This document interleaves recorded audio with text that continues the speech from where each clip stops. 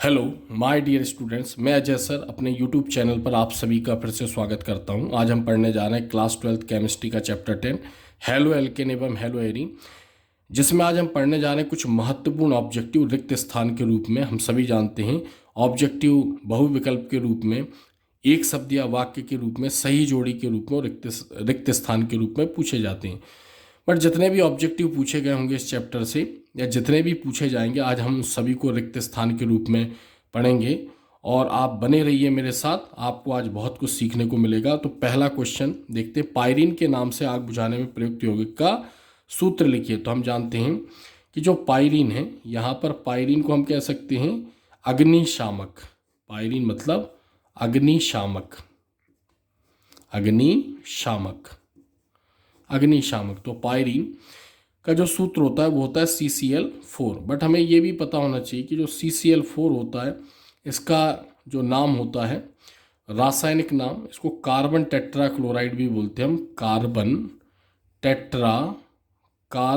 Tetra chloride, यानी carbon से 4 chlorine जुड़े इसलिए कार्बन टेट्रा क्लोराइड। बट हमें इसका IUPAC नाम भी पता होना चाहिए, इसका IUPAC नाम। तो चूंकि CCl4 को जन्म किसने दिया? मैथेन ने। जब मैथेन के 4 हाइड्रोजन का 4 क्लोरीन द्वारा प्रतिस्थापन होता है तो CCl4 बनता है। ऐसे इसका IUPAC नाम होगा। 4 क्लोरीन मतलब टेट्रा क्लोरो और मैथेन, यानी मैथेन के 4 हाइड्रोजन परमाणुओं का प्रतिस्थापन कर 4 क्लोरीन जुड़े हुए। नेक्स्ट सेकंड क्वेश्चन देखते हैं हम। फॉस्जन गैस का सूत्र लिखिए। हम सभी जानते हैं फॉस्जन गैस का सूत्र COCl2 होता है। फॉस्जन गैस COCl2, हम इसको कार्बोनिल क्लोराइड के नाम से भी जानते हैं। कार्बोनिल क्लोराइड, कार्बोनिल क्लोराइड के नाम से भी हम इसको जानते हैं। नेक्स्ट क्वेश्चन हम इसके बारे में पढ़ेंगे, ये बनता कैसे। नेक्स्ट तीसरा क्वेश्चन हम देखते हैं। तीसरा क्वेश्चन देखते हैं, क्लोरोफॉर्म ऑक्सीकरण पर खाली स्थान यौगिक देता है। तो क्लोरोफॉर्म का फॉर्मूला होता है CsCl3। ऑक्सीकरण जब ये वायु से क्रिया करता है सूर्य के प्रकाश की उपस्थिति में। हमने पढ़ा है क्लोरोफॉर्म को रंगीन कांच की बोतल में अंधेरे कमरे में रखते हैं बंद करके। बंद करने से वायु के संपर्क में नहीं आता है और अंधेरे कमरे में रखने पर सूर्य के प्रकाश के संपर्क में नहीं आता है। तो जब क्लोरोफॉर्म वायु के संपर्क में आता है तो ऑक्सीजन से ऑक्सीकृत होता है और एक विषैली गैस COCl2 बनाता है, प्लस HCl बनेगा। क्रिया को बैलेंस करने के लिए यहाँ पर 2 ऑक्सीजन है, यहाँ पर 2 लगा देंगे, यहाँ पर 2 लगा देंगे, रिएक्शन बैलेंस हो जाएगी। तो जो बना COCl2, अभी हमने पढ़ा COCl2 का नाम जो होता है वो कार्बोनिल क्लोराइड या फॉस्जन, मतलब क्लोरोफॉर्म वायु से क्रिया कर सूर्य के प्रकाश की उपस्थिति में एक विषैली गैस फॉस्जन या फिर कार्बोनिल क्लोराइड बनाता है। नेक्स्ट फोर्थ क्वेश्चन हम देखते हैं, क्लोरल का रासायनिक नाम लिखिए। क्लोरल हम सभी जानते हैं, हमें क्लोरल का फॉर्मूला देखते हैं CCl3CHO। पहली बात, क्लोरल बना किससे उसके बारे में हम थोड़ा सा बताते हैं। CH3CHO यानी एसिटल्डिहाइड, इसका नाम होता है एसिटल्डिहाइड। एसिटल्डिहाइड के 3 हाइड्रोजन का जब 3 क्लोरीन द्वारा प्रतिस्थापन होता है तो क्लोरल बनता है। तो किससे बना ये? एसिटल्डिहाइड। एसिटल्डिहाइड से 3 क्लोरीन जुड़े हुए हैं, इसलिए हम इसका नाम लिखते हैं। 3 क्लोरीन के लिए हम बोलेंगे इसको ट्राई, क्या बोलेंगे इसको? ट्राई। और क्लोरीन को बोलेंगे क्लोरो, ट्राई क्लोरो। और acetaldehyde, acetaldehyde, try chloro acetaldehyde. ठीक है। नेक्स्ट अगर अगला क्वेश्चन देखते हैं हम, 5वां क्वेश्चन, BHC का पूरा नाम लिखिए। तो हम सभी जानते हैं जो BHC का पूरा नाम होता है वो बेंजीन, B से बेंजीन, H से होता है हेक्सा और C से होता है chloride, benzene hexa chloride. BHC का जो पूरा नाम होता है बेंजीन हेक्सा क्लोराइड। यहाँ पर हम देखें बेंजीन हेक्सा क्लोराइड मतलब बेंजीन का सूत्र होता है C6। जब बेंजीन से 6 क्लोरीन जुड़े होते हैं तो इसका सूत्र होता है बेंजीन हेक्सा क्लोराइड का सूत्र C6H6Cl6। हम इसके बारे में आगे भी पढ़ेंगे, बट यहाँ ध्यान दें तीनों यहाँ पर 6 है, इसलिए इसको 666 के नाम से भी जानते हैं। इसका जो औद्योगिक नाम होता है इसको गैमेक्सिन भी कहा जाता है, गैमेक्सिन, या इसको गैमेलिन के नाम से भी जानते हैं हम, गैमेलिन, गैमेलिन के नाम से भी जानते हैं, या अब इसको हम लिंडेन के नाम से भी जानते हैं। किसके नाम से जानते हैं? लिंडेन। तो हमें इसके नाम पता होना चाहिए। नेक्स्ट क्वेश्चन देखते हैं, अगला 6वां क्वेश्चन। डाइक्लोरोडाइफ्लोरोमेथेन, डाइक्लोरोडाइफ्लोरोमेथेन को खाली स्थान भी कहते हैं। तो डाइक्लोरोडाइफ्लोरोमेथेन को हम फ्रियोन, इसको फ्रियोन भी कहते हैं। अगर हम इसका फॉर्मूला देखें, क्वेश्चन नंबर 6वां, जो फ्रियोन है, फ्रियोन आगे हम पढ़ेंगे इसके बारे में। फ्रियोन का जो फॉर्मूला होता है वो CCl2F2 होता है, यानी इसको भी जन्म देने वाला मैथेन है, यानी CCl2F2 मैथेन का व्युत्पन्न है। जब कहा जाता है कि मैथेन से कितने हाइड्रोजन जुड़े हैं? 4। जब मैथेन के 2 हाइड्रोजन परमाणुओं का 2 क्लोरीन परमाणुओं द्वारा और 2 हाइड्रोजन परमाणुओं का 2 फ्लोरीन परमाणुओं द्वारा प्रतिस्थापन होता है तो फ्रियोन बनता है। इसका अगर हम IUPAC नाम देखें, फ्रियोन का IUPAC नाम, तो यहाँ पर 2 फ्लोरीन जुड़े हुए हैं और 2 क्लोरीन जुड़े हुए हैं। तो पहले हम इसका नाम लिखेंगे डाइक्लोरो। क्या लिखेंगे IUPAC नेम? डाइक्लोरो, यानी 2 क्लोरीन है तो डाइक्लोरो, 2 फ्लोरीन है तो डाइफ्लोरो, डाइफ्लोरो, और यहाँ पर कार्बन को हम बोलेंगे मैथेन। तो डाइक्लोरो डाइफ्लोरो मैथेन, या हम इसको क्लोरोफ्लोरो कार्बन भी बोलते हैं, हम इसको क्लोरोफ्लोरो कार्बन। आपने सुना होगा ओजोन परत में छिद्र होने का कारण, क्लोरो से आएगा C, फ्लोरो से आएगा F और कार्बन से आएगा C, ऐसे हम इसे CFC के नाम से भी जानते हैं। नेक्स्ट क्वेश्चन देखते हैं। तो यहाँ पर क्वेश्चन समझ में आ गया, डाइक्लोरो डाइफ्लोरोमेथेन को फ्रियोन भी कहते हैं। नेक्स्ट क्वेश्चन 7वां क्वेश्चन। आयोडोफॉर्म का उपयोग खाली स्थान औषधि बनाने में होता है। तो हम सभी जानते हैं आयोडोफॉर्म एक एंटीसेप्टिक है, तो हम ऐसा कह सकते हैं कि एंटीसेप्टिक बनाने में इसका यूज होता है। आयोडोफॉर्म का हमें फॉर्मूला भी पता होना चाहिए। तो क्वेश्चन नंबर अगर हम 7वां देखें तो आयोडोफॉर्म का फॉर्मूला होता है CHI3। यहाँ पर भी मैथेन के 3 हाइड्रोजन 3 आयोडीन द्वारा निकलते हैं, तो इसका नाम साधारण नाम आयोडोफॉर्म, बट इसका IUPAC जो नाम होता है, IUPAC नाम अगर हम इसका देखें तो 3 आयोडीन है तो हम इसको बोलते हैं ट्राई आयोडो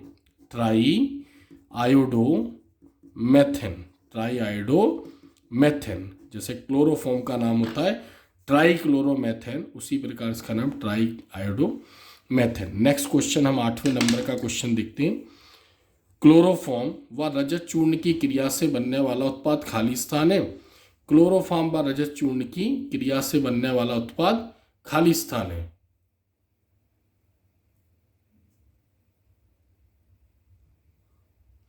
आठवें नंबर का क्वेश्चन देखते हैं। क्लोरोफॉर्म व रजत चूर्ण की क्रिया से बनने वाला उत्पाद खाली स्थान है। तो क्लोरोफॉर्म व रजत चूर्ण की क्रिया से बनने वाला उत्पाद जो होता है वो एसिटिलीन होता है। एसिटिलीन को हम इथाइन के नाम से भी जानते हैं। किसके नाम से जानते हैं? इथाइन के नाम से भी हम इसको जानते हैं। तो थोड़ा सा हम ये देखते हैं कि ये बना कैसे। रजत चूर्ण को हम सिल्वर भी बोलते हैं, चांदी भी बोलते हैं। रजत को सिल्वर और चांदी के नाम से भी जाना जाता है, अर्जेंटम के नाम से भी जाता है। तो क्लोरोफॉर्म का सूत्र होता है CHCl3। तो चांदी यानी सिल्वर से इसकी क्रिया कराई जाती है रजत चूर्ण से। क्लोरोफॉर्म को हम ऐसा भी लिख सकते हैं CHCl3। तो यह हम देख सकते हैं सिल्वर की वैलेंसी होती है +1 और क्लोरीन की वैलेंसी होती है -1। तो यहाँ पर 3 क्लोरीन है, यहाँ पर 3 क्लोरीन है, ऐसे हमें 6 सिल्वर की आवश्यकता पड़ेगी। तो यहाँ से 6 सिल्वर 6 क्लोरीन के साथ बाहर हो जाएंगे, बनेगा यौगिक 6AgCl प्लस यहाँ पर CH रह गया, यहाँ पर CH रह गया, तो यहाँ पर CH ट्रिपल बॉन्ड CH, क्योंकि कार्बन से 3 क्लोरीन बाहर होंगे तो कार्बन के 3 इलेक्ट्रॉन फ्री, इसके 3 इलेक्ट्रॉन फ्री होंगे। तो ऐसे हम इसको लिख सकते हैं यहाँ पर C2H2 एसिटिलीन बनता है। नेक्स्ट क्वेश्चन देखते हैं हम, 9वां क्वेश्चन, 9 नंबर का क्वेश्चन हम देखते हैं यहाँ पर। एल्किल हैलाइड शुष्क ईथर की उपस्थिति में मैग्नीशियम के साथ क्रिया करके खाली स्थान बनाता है। तो एल्किल हैलाइड का जो सूत्र होता है ये 8वें नंबर का था। नेक्स्ट 9 नंबर का, एल्किल हैलाइड शुष्क ईथर की उपस्थिति में। तो एल्किल हैलाइड मतलब RX शुष्क ईथर की उपस्थिति में मैग्नीशियम धातु से क्रिया करेगा। किसकी उपस्थिति में? शुष्क ईथर की उपस्थिति में। तो मैग्नीशियम की संयोजकता 2 है, ऐसे यौगिक बनेगा RMgX। क्रिया कर तो हम कह सकते हैं यहाँ पर ग्रिगनार्ड यौगिक बनाता है। क्या बनाएगा? RMgX को क्या बोलते हैं? ग्रिगनार्ड। ऐसा ग्रिगनार्ड ने बनाया था, इसलिए हम इसको बोलते हैं ग्रिगनार्ड। RMgX मतलब एल्किल मैग्नीशियम हैलाइड। नेक्स्ट 10वें नंबर का क्वेश्चन देखते हैं।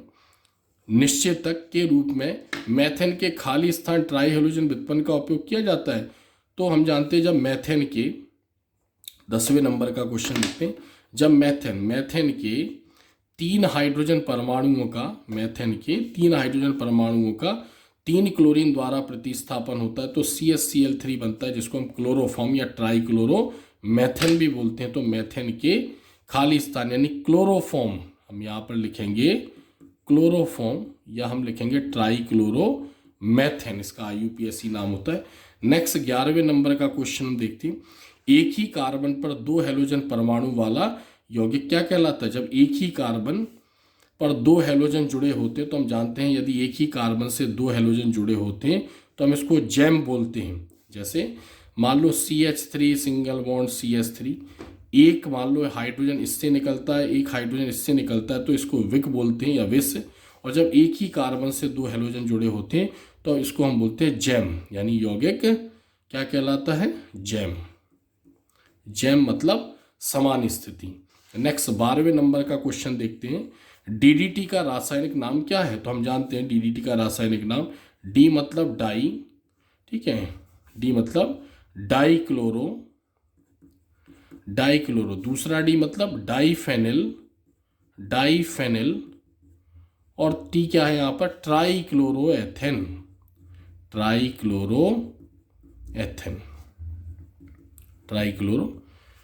हम तो DDT का फॉर्मूला भी देखते हैं, आगे हम पढ़ेंगे इसको बनाया कैसे गया। तो यहाँ पर DDT का फॉर्मूला होता है यानी डाइक्लोरो, यहाँ पर इससे 2 क्लोरीन अटैच होंगे, किससे? फेनिल से, तो डाइक्लोरो डाईफेनिल। और यहाँ पर जो आएगा ये ट्राइक्लोरोमेथेन यानी CCl3CH और इससे डायरेक्ट 2 बेंजीन रिंग जुड़ी होंगी। तो dichloro diphenyl trichloro, carbon carbon से सिंगल बॉन्ड द्वारा अटैच है, इसलिए हम इसको बोलेंगे ट्राइक्लोरोएथेन। नेक्स्ट क्वेश्चन हम देखते हैं यहाँ पर 13वें नंबर का क्वेश्चन 13। CH3CHCl2 खाली स्थान डाईहेलाइड है। खाली स्थान तो हम देखते हैं एक ही कार्बन से 2 हेलोजन जुड़े हैं तो हम इसको यहाँ पर बोलेंगे कि ये जेम डाईहेलाइड है। नेक्स्ट 14वें नंबर का क्वेश्चन देखते हैं हम।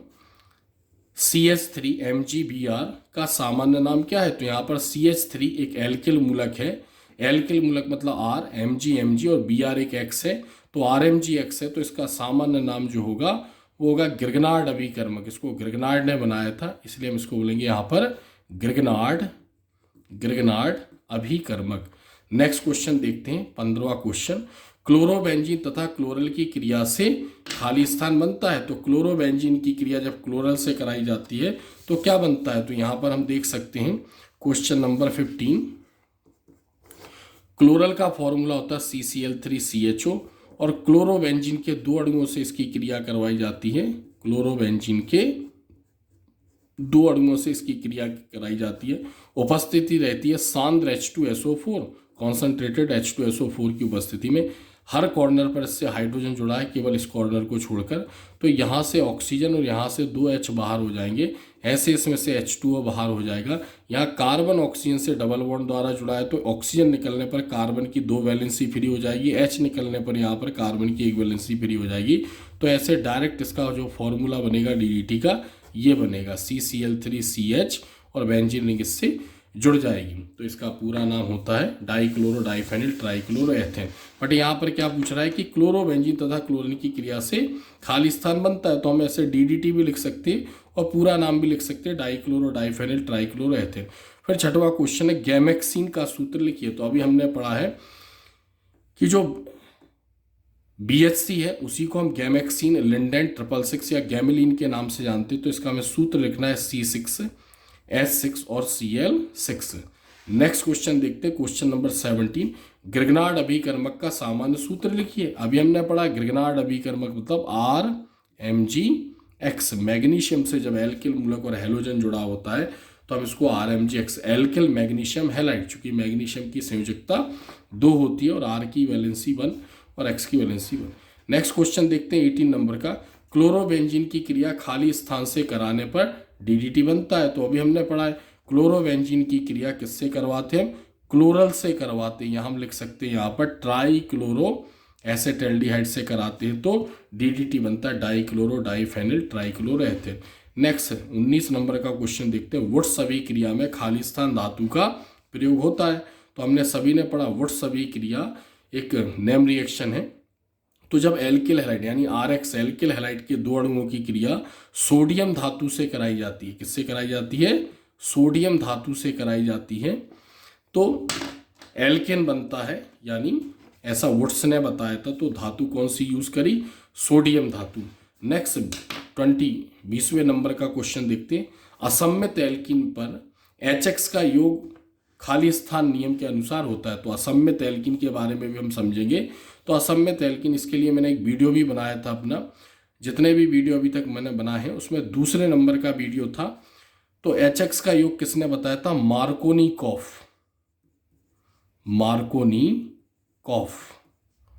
मार्कोनिकॉफ के नियम के अनुसार बताया गया। तो एक बार हम इसको समझते भी हैं कि मार्कोनिकॉफ ने क्या बताया था। तो असम्मित एल्कीन, जैसे मान लो हमने लिया CH single bond, CH double bond, CH2। तो असम्मित एल्कीन जब कार्बन कार्बन के बीच में डबल बॉन्ड हो और प्रत्येक कार्बन से समान संख्या में हाइड्रोजन ना जुड़े हों तो हम इसको असम्मित एल्कीन बोलते हैं। अब किसी ध्रुवीय हैलोजन का योग या ध्रुवीय अणु का योग जैसे H+ और HBr एक हैलोजन अम्ल है, इसकी क्रिया जब अंधेरे में यानी प्रकाश की अनुपस्थिति में हम करवाते हैं, अंधेरे में एब्सेंस ऑफ लाइट, सूर्य के प्रकाश की अनुपस्थिति में, तो मार्कोनिकॉफ ये कहता है कि इसका ऋणात्मक भाग उस कार्बन से जुड़ेगा असम्मित एल्कीन के द्विबंध पर जिस पर H हाइड्रोजन की संख्या कम होगी, जबकि हाइड्रोजन जो है वो दूसरे कार्बन से जुड़ेगा। तो ऐसे यौगिक बन जाएगा CH3, CH इसके नीचे आ जाएगा Br और यहाँ पर इससे जुड़ जाएगा CH3 हो जाएगा। तो असम्मित एल्कीन के द्विबंध पर किसी ध्रुवीय हैलोजन का योग होता है या हैलोजन अम्ल का योग होता है तो जुड़ने वाले अणु का ऋणात्मक भाग उस कार्बन से जुड़ता है जिस पर हाइड्रोजन की संख्या कम होती है, जबकि दूसरा भाग धनात्मक भाग दूसरे कार्बन से जुड़ता है। तो ये नियम किसने दिया था, तो मार्कोनिकॉफ ने दिया था। तो असम्मित एल्कीन में HX का योग मार्कोनिकॉफ के नियम के अनुसार होता है। तो आज हमने बहुत महत्वपूर्ण क्वेश्चनों का अध्ययन किया है, इसी में से एग्जाम में पूछे जाते हैं और पूछे जाएंगे। उम्मीद करता हूँ आपको ये मेरा वीडियो पसंद आया होगा। अगर आपको कोई डाउट है तो मेरे को कमेंट्स बॉक्स में जाके मैसेज कर सकते हैं। अगर आपको ये मेरी वीडियो पसंद आया तो चैनल को लाइक करें, वीडियो को लाइक करें, चैनल को सब्सक्राइब करें और वीडियो को ज़्यादा से ज़्यादा शेयर करें, अच्छे कमेंट्स दें। ये वीडियो ऐसे लोगों तक पहुँचा जिनको इसकी आवश्यकता है। इसी प्रकार अगले वीडियो के साथ और भी अच्छे कंटेंट के साथ हम फिर मिलेंगे। आज के लिए इतना ही, धन्यवाद।